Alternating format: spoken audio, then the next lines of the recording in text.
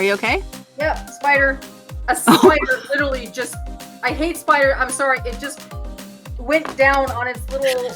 Oh my gosh. Oh my gosh. Somebody found a friend. Wow, what a strong soldier I am, right, Jason? I'm over here. Oh, spider! It's probably crawling on me right now, but whatever. Yeah, I know. I don't know if it'll make it, Nancy. I'll keep you posted.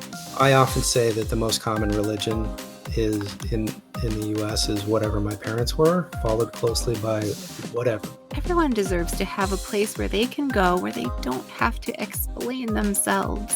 You don't believe in the Christian God. I mean, you don't really talk about that in the military. You don't want to. You will be excluded so fast. You can ask yourself, am I mad at someone or am I mad for someone?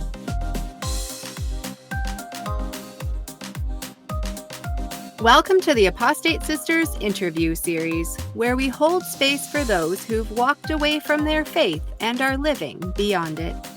Today, we're joined by Jason Torpy, president of the Military Association of Atheists and Freethinkers, a nonprofit dedicated to building real community for atheists and humanists in the U.S. military.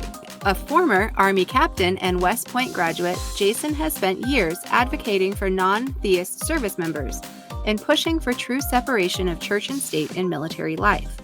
We talk about ethics in combat zones, the erasure of atheists in the military, and what it means to build support systems that include everyone, not just the faithful. We're so glad to have Jason with us. Let's get started. Help the sisters keep this healing content coming. Like, subscribe, and comment. Drop some dollars or support us by becoming a channel member or patron for extra perks. So, Jason, yes, thank you for being here. I wanted to tell our listeners that I found you because I was researching some different atheist and freethinker organizations as a way to kind of keep track of the community and, you know, provide resources for people as well. Now, I came across the MAAF, and I was intrigued because I am also former military. In fact, I was an evangelical for a few years, and I happened to be deployed at the time. So I have sort of an interesting story as far as that goes. But that's how I found you, Jason. So you are Jason Torpy, the president of Military Associations of Atheists and Freethinkers. Is that the correct title for your nonprofit? Yes. The longest name that we've had forever. We say MAAF for short. Oh, you say and, MAAF. Okay. The abbreviation MAAF, MAAF, which apparently means I'm sorry in Hindi. So every time somebody in India does something wrong, I hear about it with my Google alerts and whatnot for MAAF, MAAF. Oh, that's funny. Oh.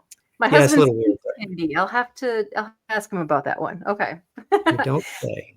He's from India. Yeah. So. And more recently, we just go with militaryatheist.org. Okay. Mm-hmm. It's informational and it's a little bit shorter.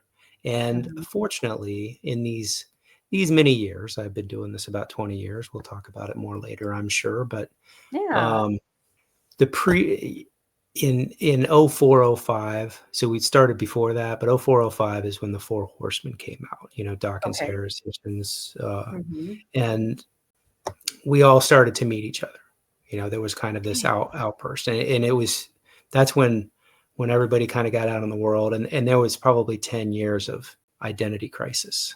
Oh, well, we're not atheists because that's mean, or we're not humanists because that's, you know, too many beliefs for me, and you know, we're agnostic because we're not sure, or, you know, a million. Yeah. I mean, I could go on and on. There was a meme rolling around kind of in the later stages of that in 2012 or so with like 100 different icons of different atheists had made up to like lead the movement, to join us together.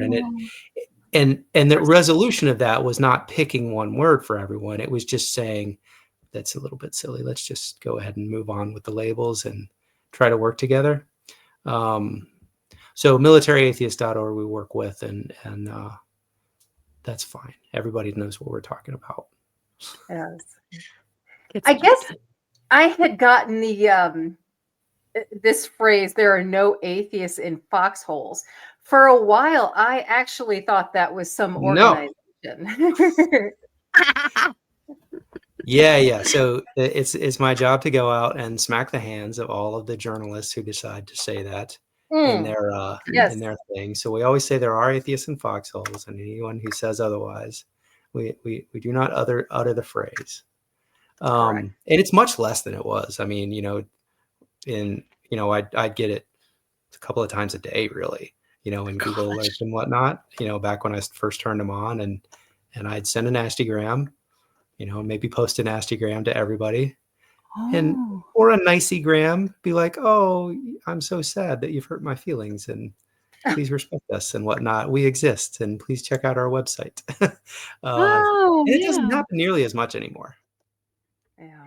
That's good. That's good. We're changing culture a bit, hey? Yeah. I mean, well, in and there.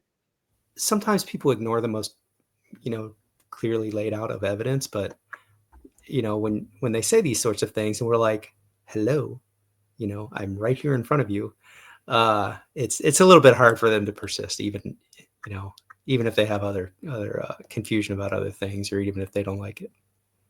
Yeah, the military and the people in it are definitely not used to people being so vocal about the fact that they do not believe in gods or deities. It's just not something that's particularly done because of the very Christian culture within the military, something I saw firsthand. The idea is in the military, there's a myth, it's not really true, that everybody's just blind drones going along with whatever they're told. It's not really true in the military, long story short. But it is certainly true that there are very strong reinforcing mechanisms. One of these things is not like the other. If that's the case, don't be that guy, right? We also say, if you're all wrong, you're all right, right? Just kind of go with the flow. So it's not like people don't ever speak up, or they're just blindly doing whatever, but there are strong incentives to blend in with the crowd, to go along, and to assume that what you're being told is what you should do. And it's really weaponized by evangelicals and Christian nationalists to pull people into their system and to say, well, everybody should be doing the same thing. And that same thing that we picked for you in advance is Christianity. And it's reinforced in a lot of different ways that we can talk about. And it's not surprising to see Christianity being so strong in that system, because they've kind of, they didn't really grab power. They had it originally, right? Even, in 1775, before the nation really started. I mean, a lot of people were more Christian, and we're still trying to break that backbone, and say the troops are diverse, and you can't just, one size does not fit all for religious services. And whether it's, Hindus, Muslims, pagans, and non-theists as well, we're kind of the last ones to get a little bit of recognition and respect. It is still the case, even with those other kind of concessions to diversity that the Christian nationalists have made. It is still the case that Christianity is wall to wall. Christianity is getting preference in the VA and the Department of Defense. In addition, again, to this backbone of chaplains who are almost exclusively Christian, and don't like it when they have to do something other than that. Yeah. Well, that was going to be one of my questions there too, Jason, is have you ever met a chaplain that wasn't a Christian? Because the only one I met was actually up in Canada recently at BajaCon. She is a freethinker. Otherwise, they've all just been, Christian preachers. Yeah. Humanist chaplain, I think. Marie, but maybe explain to people too, who aren't familiar with the military, what a chaplain actually does. It's my understanding they've always just been sort of like a spiritual leader, whatever that means. It basically just someone to give it basically just a preacher, just to give guidance. I know we had one when I had deployed to Iraq in 08-09, and the preferential treatment that evangelicals, Christians got in general was pretty obvious. Yeah, I was actually a Christian at the time. I was never a believer, but I called myself an evangelical. It was just a few year period, and I happened to deploy during that time. And so I went to church as a way to find community. We had church services on the base there at Joint Base Balad, and there was this trip to to see the ziggurat of coming up. It was almost like a biblical tour of, where Abraham used to live there in Iraq. And of course, anyone that was a Christian got a first chance. They got the opportunity to go and see that before anyone else did.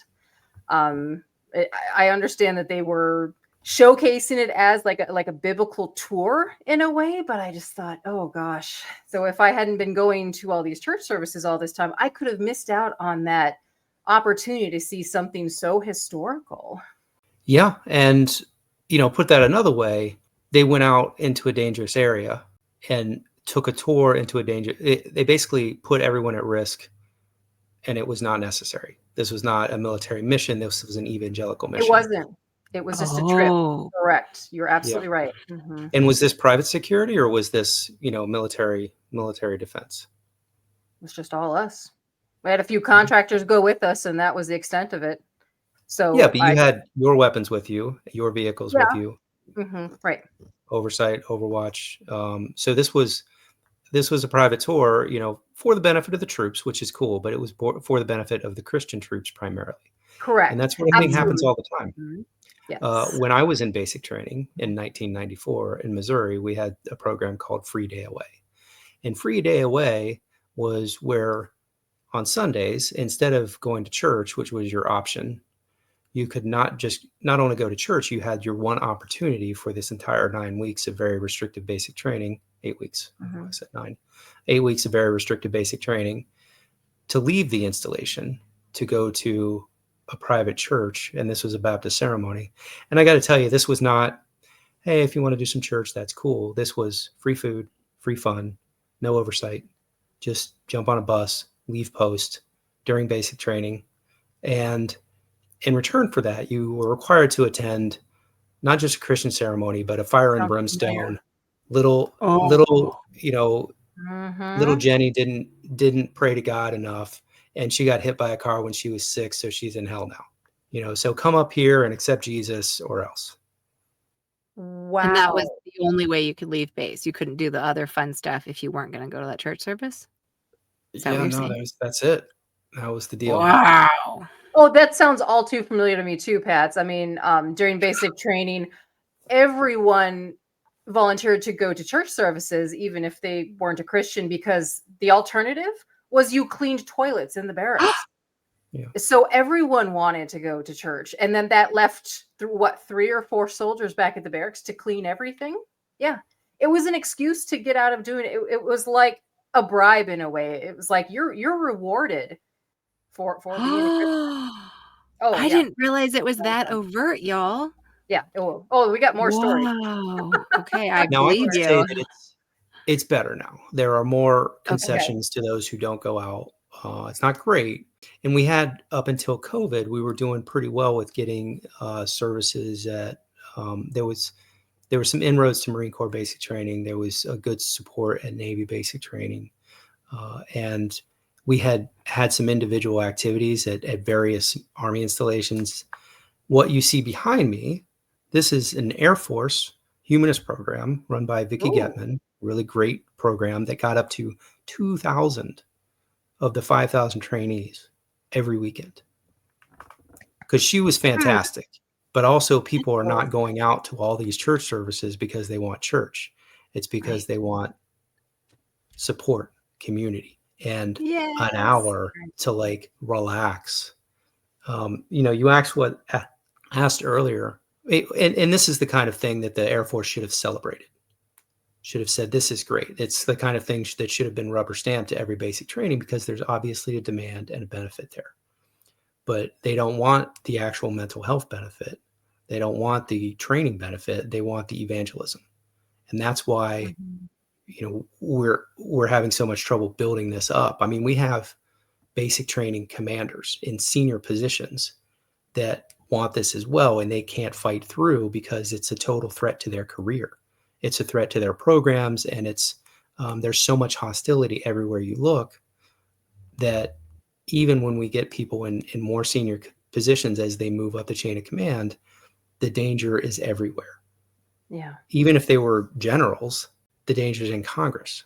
and I do want to recognize the Free Thought Caucus in Congress now that's trying to push against some of this, but yes, especially these days, Christian nationalism is in charge. And before it wasn't, it was just covertly in charge. Now it's overtly in charge.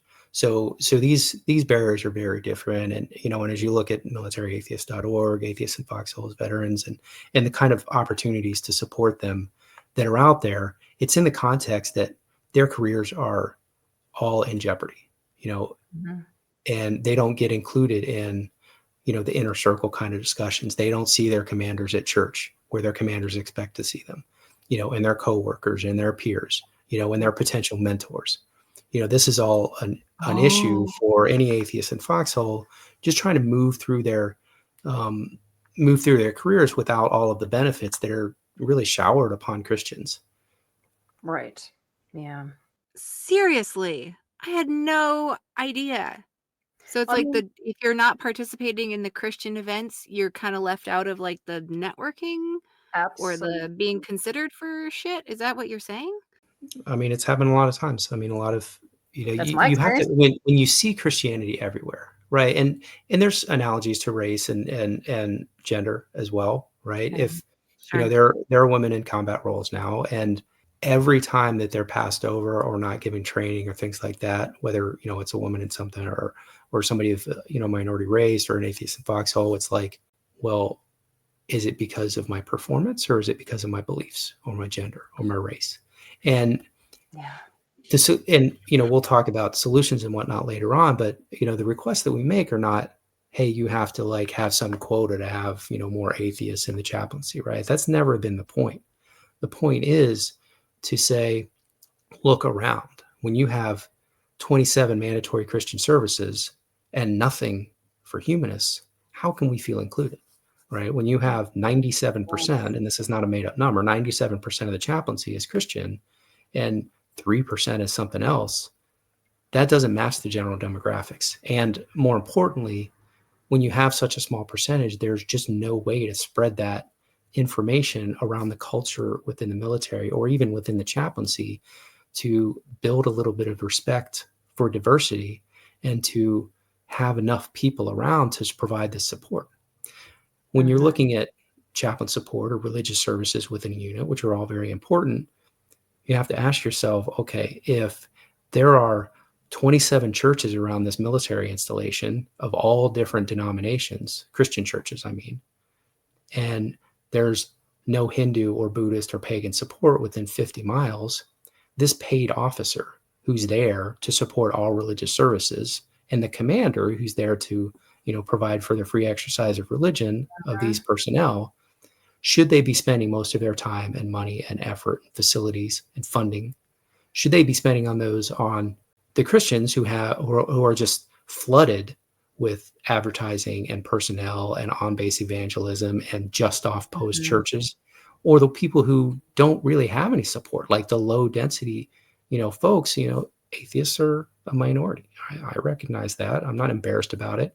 Religious beliefs and religious rights and free exercise, that's not a popularity contest. So those resources should be, provided to the people who don't already have, who are not already buried in, free reading materials, free Bible verses, Christian chaplains, things like that. Mm-hmm. Yeah. Extra time, more fun events and such. I'm very happy to hear that it's getting better too, Jason. I mean, God, we used to start some of our morning formations with a prayer. Like, no shit. Like, we would start with a legit prayer. And I remember on one occasion I heard someone in formation just say, like, really? Like, someone was so shocked. Like, really? Oh. Of course, I was like in evangelicalism at the time, but it just did get me thinking too. I'm like, yeah, why are we doing this actually? Because, I have some friends over here that are Muslim. I have a Hindu friend right there and a number of different faiths. I'm like, why are we promoting this one particular religion in an organization as big and as influential as the U.S. military? I just thought that something doesn't seem right. And I noticed a lot of other ways in which they really subtly made it known, but like, you can't be an atheist here. It was like, if you're any other religion, that's good. But if you're an atheist, that's not okay. Because one day I had the duty of making ID tags for soldiers coming through. And I was specifically told by my supervisor, hey, you don't put none as your religious preference. Because Patty, when it comes to, the old Army dog tags, military ID tags, you put your full name, you put your social security number, you put your blood type, and then you put your religious preference. All right. Okay. Those 4 things. Yeah. Is that still the case, Jason? That was when I got out of the military in 2015. But I was told you don't put none for religious choice. You have to put no preference. Yes. And I thought, wow, isn't that a bit of a mind fuck here? Like, I feel like that's a very subtle way of saying, well, you just haven't found Jesus yet. And I'm sorry, that's exactly how I took it. I was just like, no preference, instead of like, no, I don't believe in any of these over here. And maybe that's just how I interpreted it. But there were a lot of little examples like that I thought, wow, we got some preferential treatment here. Now I'm curious, Jason, what was your religious background, and how did you become an atheist in the military then? I mean, when I was raised Catholic, and then, I got to confirmation and confirmed that I was not in fact Catholic.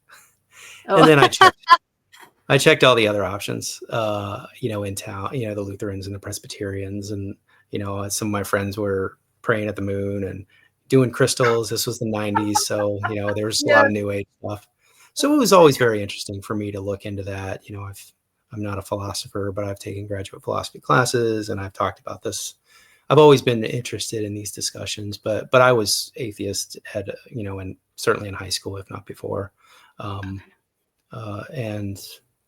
when I got in the military, as Nancy pointed out, she said, oh, it's a subtle way. But when you join the military, basically the first question they ask you when you actually get in the military, you're in your uniform, you're away from home, your first time away, and they're like, what's your religion? Right. And when they ask you that question, you know what the right answer is, because you've been handed Bibles on the way. You've been, surrounded by evangelicals. You've seen a bunch of prayers probably already, whether it's at formations or just around. That there's church services on the weekend that are Christian and Jewish. There's always Jewish service. They make sure to account for them, even though there's fewer of them than even the atheists. I'm not mad about it, but that's what it should look like for everybody. Right. But they ask you that question, and they know what the right answer is. And they're also saying, hey, when you answer this question, I'm going to put it on your official records. Now, those are technically hidden, for boards and whatnot. There's a certain amount of protection there, but it's also on your dog tags, which you wear all the time, and it's required.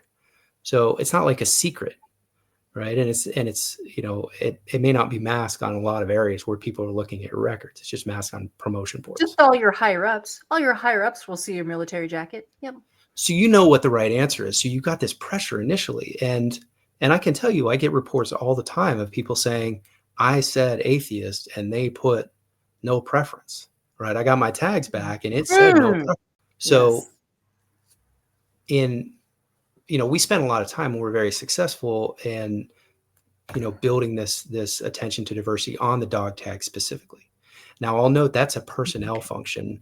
They tend to defer to the chaplains on it, but in 2017 specifically, there was an expansion of those options. And we had already gotten Humanist on the list. So if you're in the military or in the VA, you have religious preference in the VA as well, you can get Humanist. Just, look for it.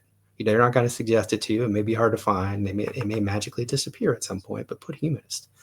There's also none is an option. Atheist is an option. Agnostic is an option. Those are all options. And I've been pulling those for, I don't want to answer too quick, 15 years now. So that's every 5 years. So that's 4 data points, and they fight me tooth and nail. And sometimes it takes 18 months to get the data out of them. But, we've been collecting that data, and you can find it on militaryatheist.org. I got to tell you that 2024, as I say, it takes a while. So I still need to get that posted. But I can tell you that non-theists, they're skyrocketing. The way we split it out when we do these demographics, I don't want to get into statistics too much, is we have the Catholics, because there's a lot of them. The Christians who are not necessarily super evangelical, and these are denominations, and there's 200 options. So when we break it out, there's 200 different options: Moravian, Swedenborgian, Lutheran Church Missouri Synod, Church of God Cleveland, Tennessee, Church of God Anderson, Indiana, and there are several non-theist options. There are several Wiccan options. Cool. So there's a number of there's like 2 options, and we kind of chunk them up again to Roman Catholic, very evangelical Christians, not necessarily, maybe, but not necessarily super evangelical Christians. Then we've got theist / spiritual, which is basically all the others: the Unitarians, the Buddhists, the Hindus, the Jews. Like, not because we don't care, no offense, but it's a tiny percentage. And then the non-theists, right? Whether they put we don't include no preference, because no preference means unknown. That's a 5th category. So no preference, unknown, and there's a couple others that are, I think just general other something. There are several unknown options. So 30% of the force, they don't know what their religion is. Mm-hmm. So that's no pref, unknown, other. That's the nuns, basically. But they didn't mark. No, it's not. Those are the unknowns. We don't need to take credit for them, right? Because they might be Christians who got confused, or they didn't write it down, or they could be Hindus who are afraid to say so. It's almost certain that they are not Christians who were afraid to say so. That's silly. That's just Christian victimhood, right? There's no reason they should actually be worried about it. I'm sorry, my face keeps disappearing. Okay. It's a cool background. We don't want you to lose it. So but it's very common for people to say, oh, there's a bunch of no preference, but we shouldn't take credit for that. That's unknown. The problem there is they should, figure it out. That's a signal that 30% of the force is either doesn't care enough to put it there, or is afraid to say what they are, which implies that they're not Christian. Sense. Yeah. That having been said, the nuns are more than all the non-Christians. Okay. So there is enough people feeling like they can claim none, and they're not being dissuaded from it anymore. Because you were just saying you felt, Nancy, like you couldn't say none, that you had to say no preference. So then, but you're telling us that, Jason, that there are a lot that are maintaining the nun status now. Right. And those have been increasing over the years. And when you compare those, that's, as many or more than the all the other non-Christians combined. So the Jews, the Hindus, the Buddhists, the Muslims, the Wiccans, all the ones they talk about, we have Muslim services or whatever, but there's still no humanist services, things to reach out to that large proportion that's more than Jews, Hindus, Buddhists, Muslims. Right. And just to confirm, you said there are no non-theist chaplains in the U.S. military currently. Is that correct? That's a technical / legal discussion. I want to say also that I need to I didn't write it down like I should have, but in the top 10, 3 of the top 10 are atheist, agnostic, none. I often say that the most common religion is in the U.S. is whatever my parents were, followed closely by whatever, which doesn't make any humanist. That's brilliant. Number 2 is unknown. Okay. And these are among the 200 random options. So number 2 is unknown of the 200 different options. Roman Catholic Church is number 3. Then no preference, which is another unknown again. Then Baptist churches, unspecified. Then Catholic Church is other, not Roman Catholic, but Catholic Church is other. It's interesting that group has increased precipitously over the last several years. Really? From Roman Catholic has gone down, and Catholic Church's other has gone way up. I don't even know what Catholic Church's other means. Well, it just means they were raised Catholic, and they don't want to say that they're not Catholic, but they also maybe don't hate gay people or, women. Okay. Yeah, so it's an identity thing, even though, and they're seeing their beliefs diverge from their religious identity, but they don't want to give up the identity. Wow. You put that same idea on the first one you said, which was Christian, just like Christian other or whatever. Because to me, if someone's like, yeah, whatever, I'm Christian, to me, that's them like acknowledging that they don't really like believe or go to church much, but it's like, well, they were raised that way, so whatever. I mean, the numbers you just, or like the ranking you just read out makes it seem like there's a hell of a lot of people not being very religious. Am I wrong about that? Well, allow me to continue. All right. So Okay, that's number please. 6. We're at number 6, Catholic Church is other. Number 7, no religion. Number 8, agnostic. Number 9, What? atheist. And I'm going to skip. Okay. And then number 10, we've got your LDS, which is kind of Okay. and then number 11 is none provided, which is another unknown thing. So that's not none, it's none provided. So that's an unknown entry. There. Okay. So what you can say to somebody with like, oh, we don't have time and resources to be able to attend to the humanists and the atheists, right? We're not, we only have so many resources to go around. You say, okay, that's cool. Yeah. Stop all the LDS services because there are fewer of them than us. Now that's an unreasonable thing. I mean, I'm not really asking for it, but that's the proper response to when people start to make it a popularity contest. When people start to say, "Oh, well, we don't have room or time for the non-theists." Well, you got to stop supporting a lot of other groups, all the Wiccans, all the Hindus, all the Jews, all the LDS, the Christian Scientists. All of those have to stop getting support because there's more of us if it's a popularity contest. Right. Right. Something would indicate it might not be about the data. Huh. Well, that's a fascinating breakdown. Thank you for sharing that, Jason. That really puts it into perspective, doesn't it? I mean, what does that mean if we're going to look at the population of people in the military, then what would you be able to attach a rough percentage to what percentage we're looking at that would fall into like the very evangelical / Christian nationalist ways of thinking? Whew. Yes. Okay. Let me make a quick numbers number. guy. I'm going to do some. Yes, we've got the stats. This is good. I live in a world of emotion, so I like it when I can step out into statistics a little bit. And Jason, I believe you and I have a bit of a similar background in the military. You were also in logistics as well as intel. Is that correct? That is correct. Both of them. So yes, was I. consecutively. I was enlisted first, and then I was an officer. Oh. Is this where I make the pencil pusher joke, Jason?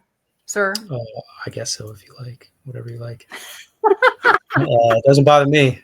I don't feel bad about it. I'll push a pencil.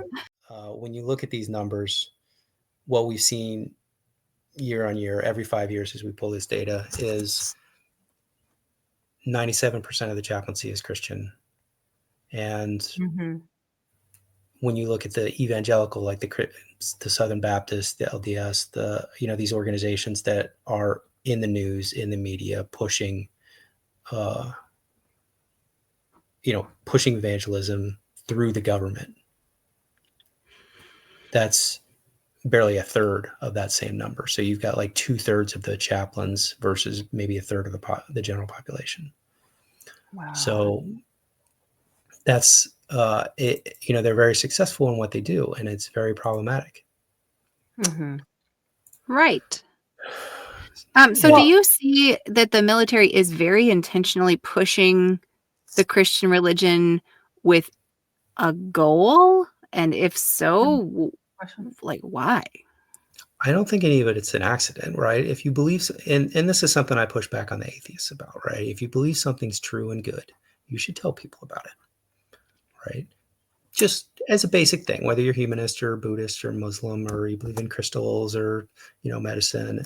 I mean, if you believe something's true and good, like it's not necessarily a bad thing to tell somebody about it, but there's a time and a place, right? And when you're abusing your authority and weaponizing rank and government funding to do it, it's a real problem, right? That's a different ethical problem that kind of poisons the true and good intentions that you might have.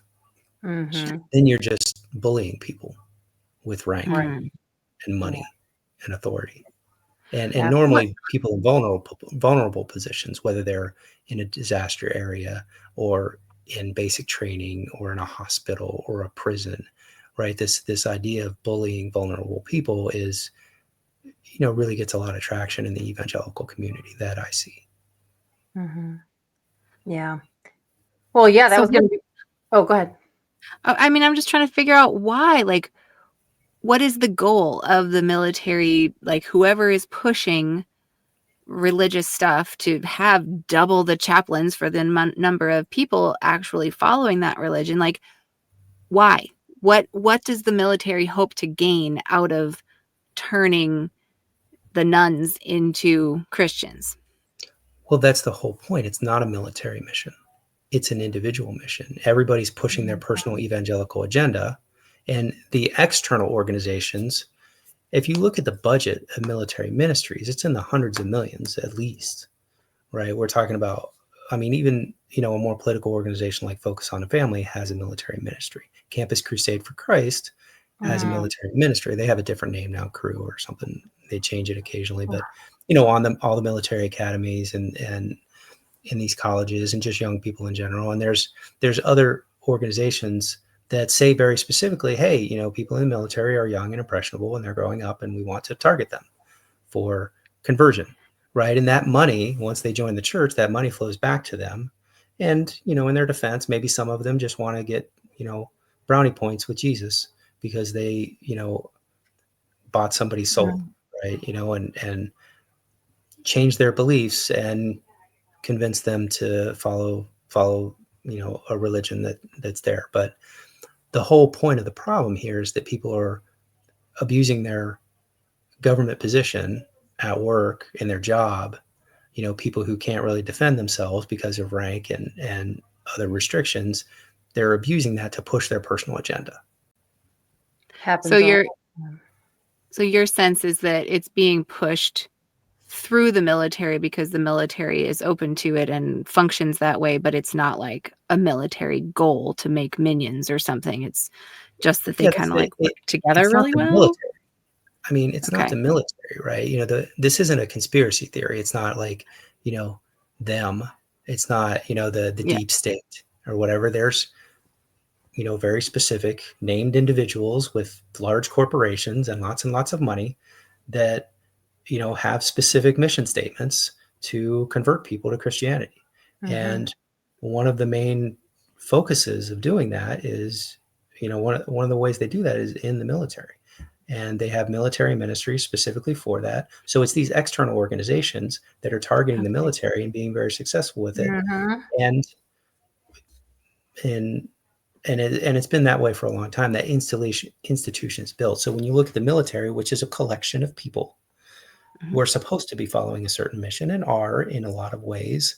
They also have personal goals. And if there's enough of them that will look the other way, then all of a sudden you have an organization that should be doing one thing that might be, but it's also doing other things like furthering the aims of these individuals who collectively form a large kind of subculture within the military.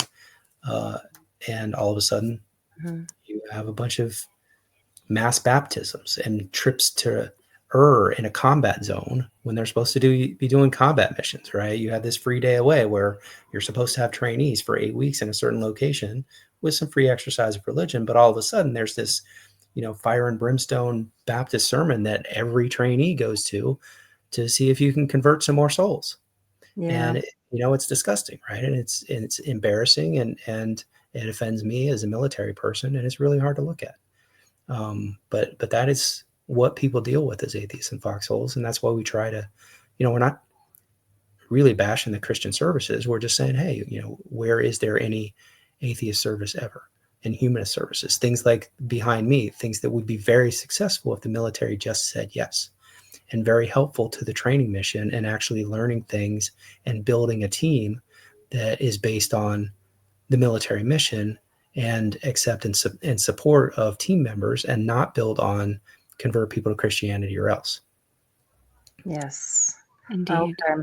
Well, with all the efforts that you're putting into this, Jason, I would assume that you are probably getting a lot of pushback, not just from individuals, but maybe entire organizations. Is there anything specific you wanted to talk about there that might be like someone who might be trying to shut your voice down, and anyone who goes up against, this sort of a Christian agenda that we have going on here? I mean, to make a long story short, there are, from Congress all the way down, and multi-million-dollar organizations are pushing an agenda of Christian nationalism in the United States. And I don't think they're particularly concerned about what I'm doing. They're Okay. concerned about a lot of other things. I got to tell you, it's, to be honest, we're the little guys, right? Our mission is to Right. help out Yeah. troops, and it is theoretically a threat to them. But the way that we become more of a threat is for all of your listeners, people individually, to plug in and build atheist and humanist community, right? Everyone Right. out there who's listening should be connected and supporting, tithing, if you will, their local atheist or humanist community, right? Yes. Build that, do service project, be visible in the area. And if their speaker this week isn't your favorite, still go out, right? Still go out and support and build that community, because that's how we're more visible in the community. That's how we get personal support as well. And, I got to tell you, going it alone is not great, right? It's No. not a good system. You can get some real crazy ideas in your head if you don't go out and interact with other people sometimes. Yeah. And we don't have the benefit when we're building atheist and humanist community in the military or out. We don't have the benefit of threats, and lies and false promises. We don't have the benefit of, well, I do it because my mom did it, and her mom did it, and her mom did Right. it. Right? We don't have Christian culture berating. We don't have that cultural peer pressure from every direction all the time supporting us in our communities. It's discouraging us in our communities. So that makes it even more important, even more difficult, and even more important for us to come together. And when you build those communities, they grow quickly. Have a local community, and in that local community, find the veterans and do veteran stuff. Plug in with the VFW, plug in with the American Legion. Ask yourself, okay, maybe we're a bunch of civilians, but can we go and send one of our, identify people as clergy within our organization, humanist clergy from this organization, go to the VA clinic and say, where are you humanists? Right? When they're like, oh, I don't know. That's great. That would saying they're there and they need help. And yes. build that ability within your local groups to get that. And, MAAF can walk you through that stuff about how to connect with a VA. And it's going to be, unfortunately, a lot of times it's a fight. I mean, my own VA clinic has been fighting me off for years. I can't really, I can't fix it, but they've got Christian services, Christian chaplains, Christian materials, just all up in my face every time I'm trying to take advantage of the benefits I have for serving my country. And their priority is to push Christianity, and it makes me feel excluded. I go there. I mean, just the last time I went, I'm trying to get services, and somebody's got a cross stuck up on their desk in my face. And I'm like, what's this here for? Oh, well, it's just mine. If it's yours, put it on your desk, on your computer side. Don't put it on the table in front of me. I mean, it was a reception desk. It wasn't in the back or something. And if she had it, by her computer facing at her, no big deal. But she didn't. She had it up on the desk, up in my face. So, when I go and try to, check in, I got to, get her religion in my face. And it's not the first time it's happened either. And, they don't do anything about it because Christian nationalism is, bad people are winning. And it's unfortunate. We have to stick together. Well, you know what you need to do, Jason? You need to go out and you need to buy a little statue of a Hindu Ganesh. Next time you're in there, just set that little fucker right on the table facing her and see what happens. Yeah, people don't understand. I mean, I'm kidding. No, I mean, I did talk to her. I was like, listen, why is that here? What's your deal? Is this your job? Is your job to push your religion on people? Oh, it's for me. Well, if it's for me, then make it for you. Don't put it in my face, right? It's not okay. And sometimes, and this is kind of the counter evangelism discussion, sometimes it'd be like, tell me more about that. Right? People are like, oh, have you heard about Jesus? Things like that. I'm like, tell me more. And basically, we all have had this conversation 1,000 times, but the idea is to make them talk to you about how their buddy Jesus is going to torture you forever for no other reason than you don't like him enough. Okay. Mm-hmm. If I go out and kill people and shoot somebody and then I'm real sorry about it later on, no problem. But if I am super nice to everybody and don't like Jesus enough, that's setting me on fire. Oh, my skin's going to fall off. It's going to boil and fall off. Is that what's going to happen? Right. Get them to tell you all these terrible things and narrow it down to what it really is, it's a loyalty oath. And there's nothing moral about it. And this is why we have other problems in America, is because there are so many people that have been told for so long as you toe the line and show fealty to the right people, then you'll be okay. And if you're not, you're going to be tortured. And that is, insidious within our culture.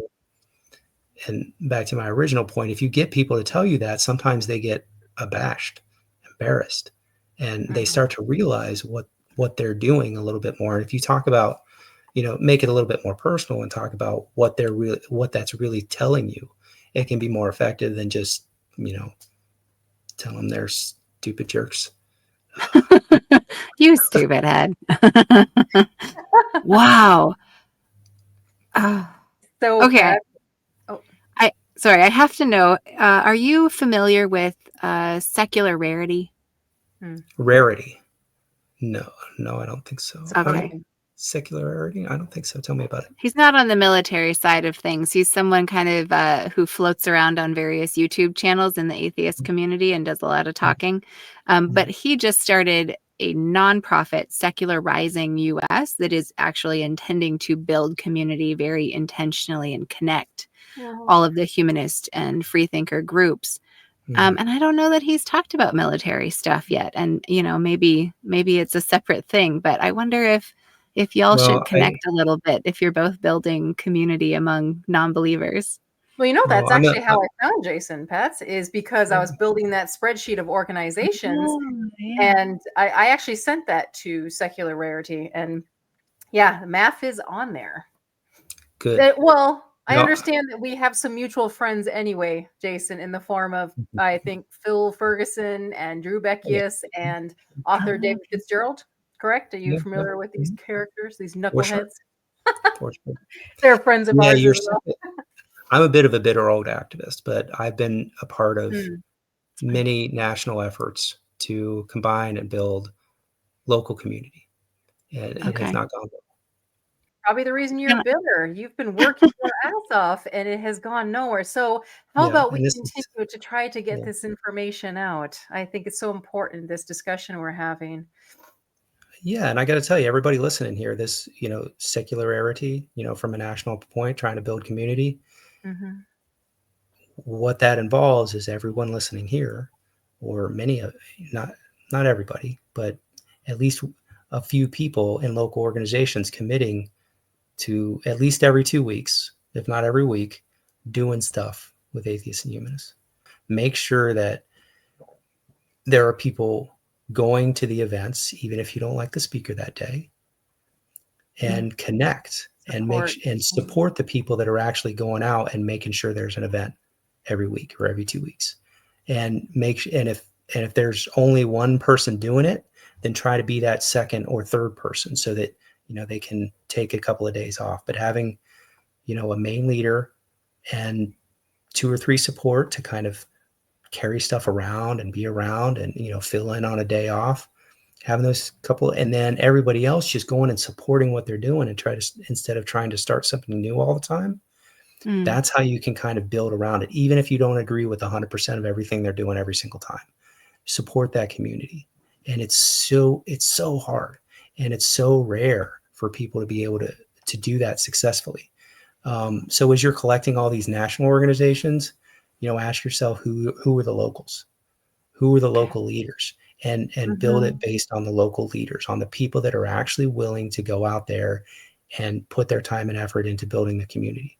And if you find 2 or 3 or 4 of them in the same place, bickering, and doing conflicting events, the effort there is to connect with them as individuals and make them work together instead of working apart. When you find and there's been disagreements, San Diego, Tampa, Sacramento, New York, for sure, a bunch, DC, there's been all these good communities in these really larger areas that, have struggled because of infighting, and bickering. People start to compete, or because they disagreed about something, especially with, I got to tell you, I appreciate personally, and, MAAF as an organization is supportive of social justice.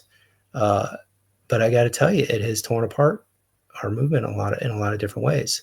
And some people are at fault and some people are trying to do the right thing. But it's an issue, and we've had trouble smoothing that over, because we were at a real high point in 2012 and things had already become an issue as you get towards 2016 with Me Too.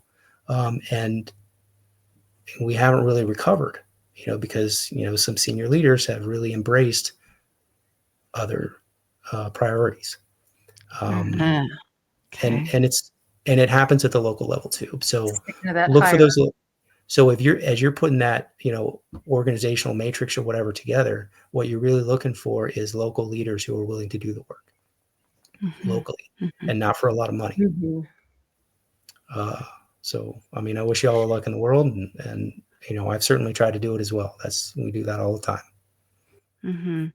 So do you find the breakdown often you see as burnout of local leaders, or people just not kind of wanting to get on board with someone else's idea? What's happening there? Well, it's different things. Sometimes, there is success and then there's a rift, and, people kind of don't want the drama, and, and you take a group that might've been 30 or 40 core people and maybe 30 or 40 others. And all of a sudden it's 15 and 15. And then all of a sudden there's a couple of slow days, and then there's 5 people, and then, divided we fall, as I mentioned earlier. So you've got to bring, we're a small community. Atheists in Foxholes are a subset of a subset of a subset. So that's why we very actively try to work with local civilian organizations, find the veterans in your group, and have those civilian organizations do veteran things and do outreach to veteran organizations. Because we can't just have the military group on the installation. They're always like, oh, I want to do that. And I'm like, cool and everything. But everyone on that military installation is busy. And sometimes they're across the world, they're away. And everyone on the military installation probably is going to rotate out of it every couple of years. So that continuity has to come from the local civilian groups to continue to support this military group. That's how we found, more success.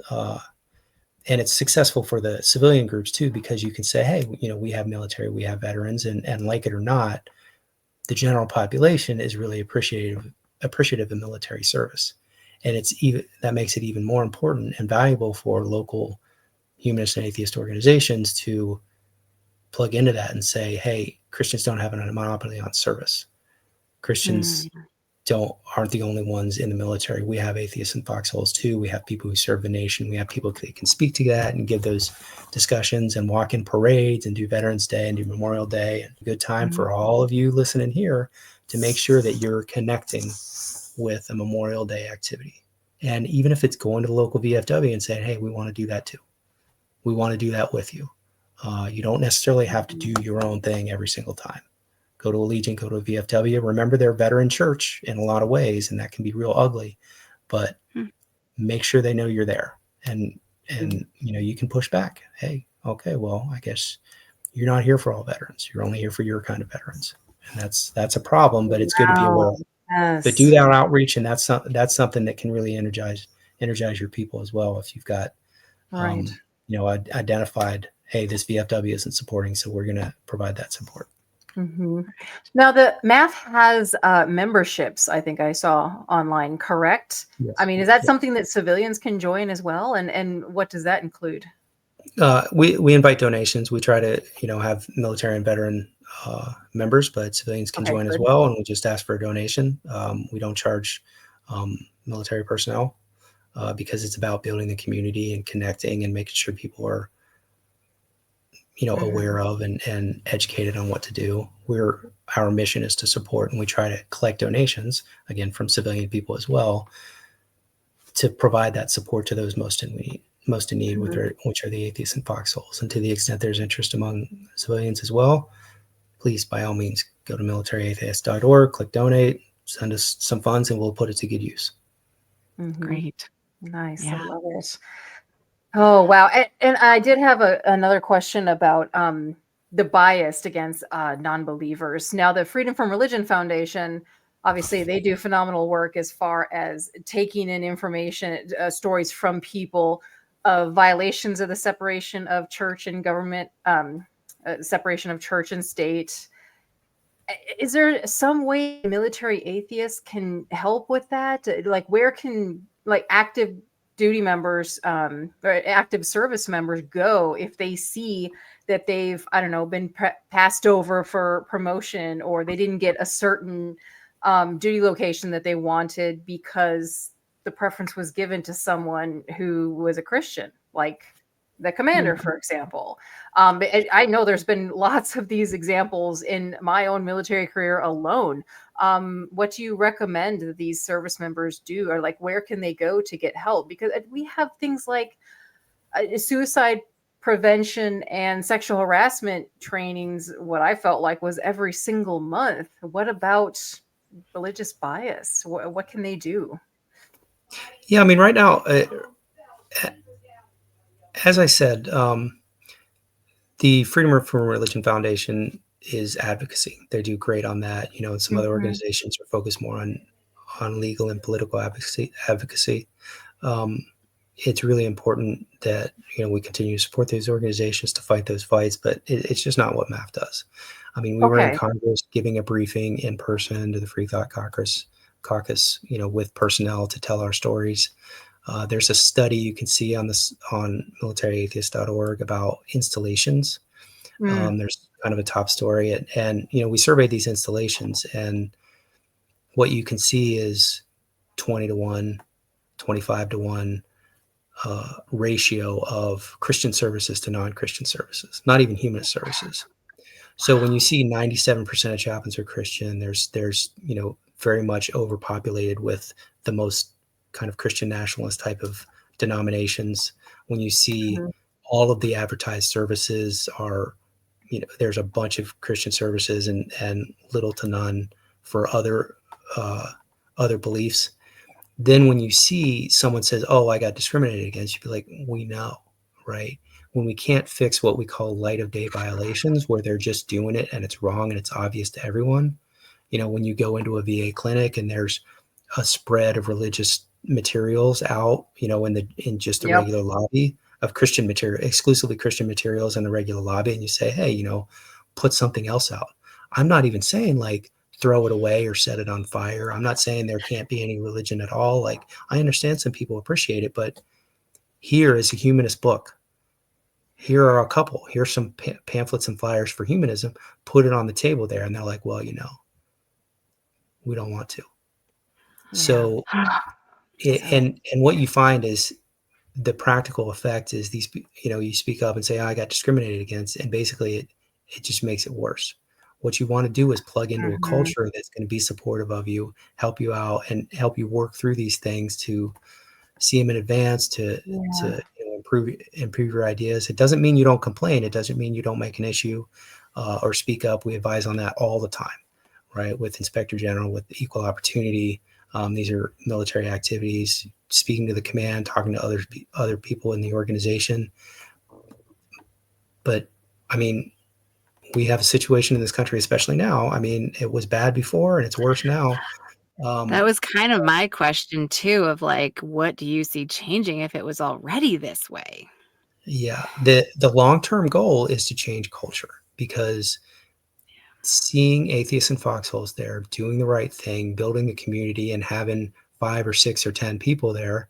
I mean, a common experience is "Oh, nobody's complained about this." When that's a common response when you bring this up, and you'd be like, "I'm literally complaining to you about it right now." So, and they're like, "Well, not many people," right? And then if it's 4 or 5 or 6, and you've got kind of a group there,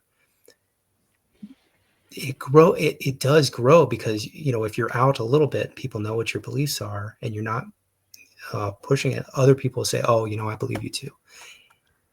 And in those prayers and formations, in mandatory prayers, which is very common, you can keep your head up. You can look around, see who else is doing it. Say, hey, and we call it the MAAF nod.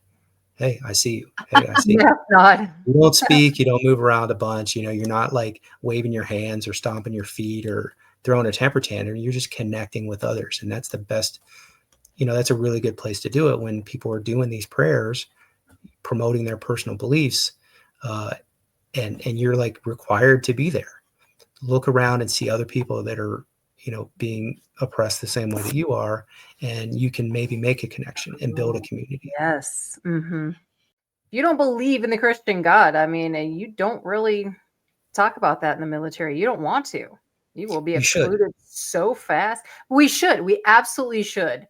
I'm glad that times were changing. At least we're changing a little bit. Well, it's an issue. Expect pushback, and one of the benefits of having that community as well is being able to go through those conversations and deal with those issues they come up, because there's a perception sometimes people have that you have a perspective from or a spectrum from angry atheist to rabid evangelical, and it's not really like that. You have it's more like kind of a circle. You have you have your angry atheist and your rabid evangelical fighting each other, but more on the spectrum that really come back around to connect are the people who are humanist or are Christian, or, Protestant, Lutheran, Hindu, Wiccan, whatever. And they're all just cool, right? Because we're secure in our beliefs, right? And when you're kind of going it alone, being angry about the trauma and lies that you've dealt with in your religious upbringing, which is a really common situation,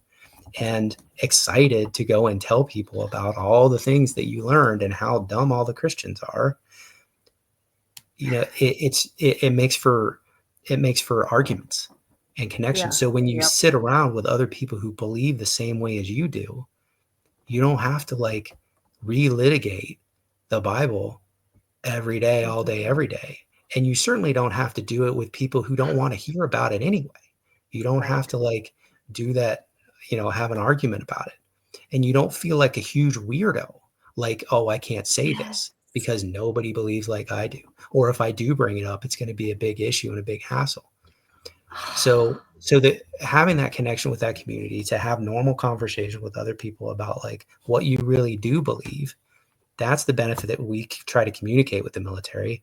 Give us our thing, and then we won't be we won't be so mad about it all the time. Right. Cool. We'll do our job better. There'll be less arguments. The Christians can have all the church services they want, no problem. But make a space for us, and the Hindus and the Buddhists and the Muslims, and then everybody will be cool because everybody will be secure in their beliefs. And if I say some crap that a Christian doesn't like, then he can just be screw you. And I don't have to feel oppressed about it and be oh, screw you. And we can just have a peer-to-peer disagreement instead of, oppression. Yeah. Right. I think it's so important what you mentioned about being able to get together with other non-believers, because everyone deserves to have a place where they can go where they don't have to explain themselves. That is the hardest thing, to feel like you don't belong anywhere. And I appreciate what you said about oppression too, because to step into that place of, hey, we have a shared oppression in the military in this way, I think can only lead to people being able to see where others have oppressions that intersect with theirs, and that leads to empathy, which leads to a better world. Yeah, I think there's this idea that if you're in the military and you're not a Christian, then you're not a really good service person. You're not a good I was going to say soldier, but that's open to all the branches of the military, because some people will throw the whole, this country was founded on Christian ideas. It's a Christian nation and all this kind of crap. And I think sometimes make the soldiers feel like they're less of a soldier, even though they're they're protecting their country just like anyone else, regardless of what religion they are. Wow. Yeah, I mean, it was, this country was founded with slavery too. That doesn't mean, one, it still is, or two, African Americans are lesser, and they were treated that way, and that's terrible. And that needs to be there needs to be some accountability for that, right? And the same thing with religion in the country. I mean, our founders had, and this is just a response on that. This is one of the kind of empowering discussions that you can have when you have a community. Oh, people keep saying it's a Christian nation, and you can be like, no, it's not, and that doesn't mean you should continue to oppress me. But also, a history lesson is the Declaration of Independence was first, and they said endowed by our Creator, right? So it referenced a creator of some sort. Didn't say anything about Jesus. And then the second was the Articles of Confederation. And the Articles of Confederation was before, the first governing document before the Constitution. So the Articles of Confederation recognized the great governor of the world. That's interesting. I don't know what that is. Doesn't sound like Jesus either. It's more of like a great governor of the world. I know it's a little bit weird, right? But that's the only reference in the Articles of Confederation to anything sort of religious, right? And then you go to the Constitution, and there's like a negative reference in the no religious test for public office. That's the only religious reference in the Constitution. There shall be no religious test for public office. So, our founders were specifically writing religion out as you go through time. And then in the Bill of Rights, it's Congress shall make no law respecting the free exercise of religion. And so our founding documents got less and less religious over time. They weren't Christian ever. They got less and less religious over time.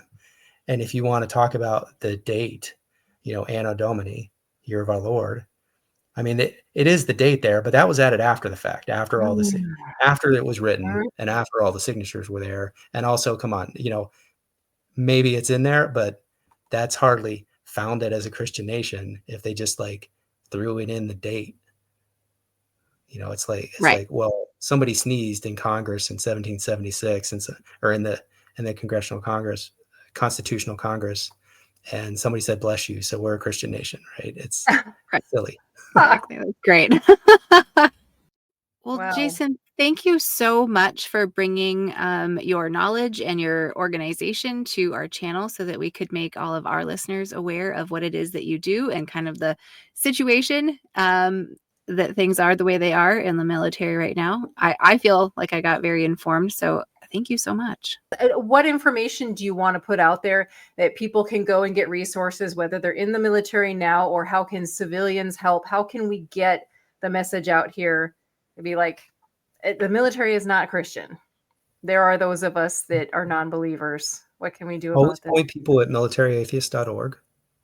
Simple enough to find. There's information there. You can bounce around, and we'll try to improve our resources as we go along, and certainly push back if there's something that's missing.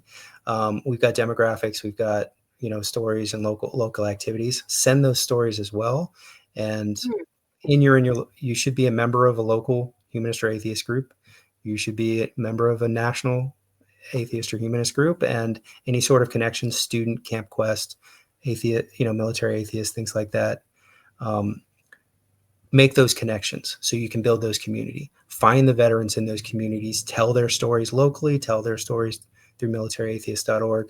And that's the way to get it out. And it's not the easiest thing in the world, right? Just knowing is not enough. Go out, find those veterans, tell their stories, give them the support, and put them out into your community for Veterans Days or parades at VA clinics, and at events. Get those flyers out there. We can send them to you as well. It's a long road that we've got, but we can do it. And every step of that road can be great if we're together doing it. Yes. A long road, but you've definitely done and are doing your part, Jason.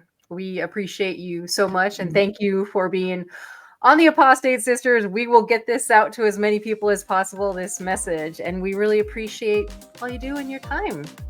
Yeah, thanks for having me.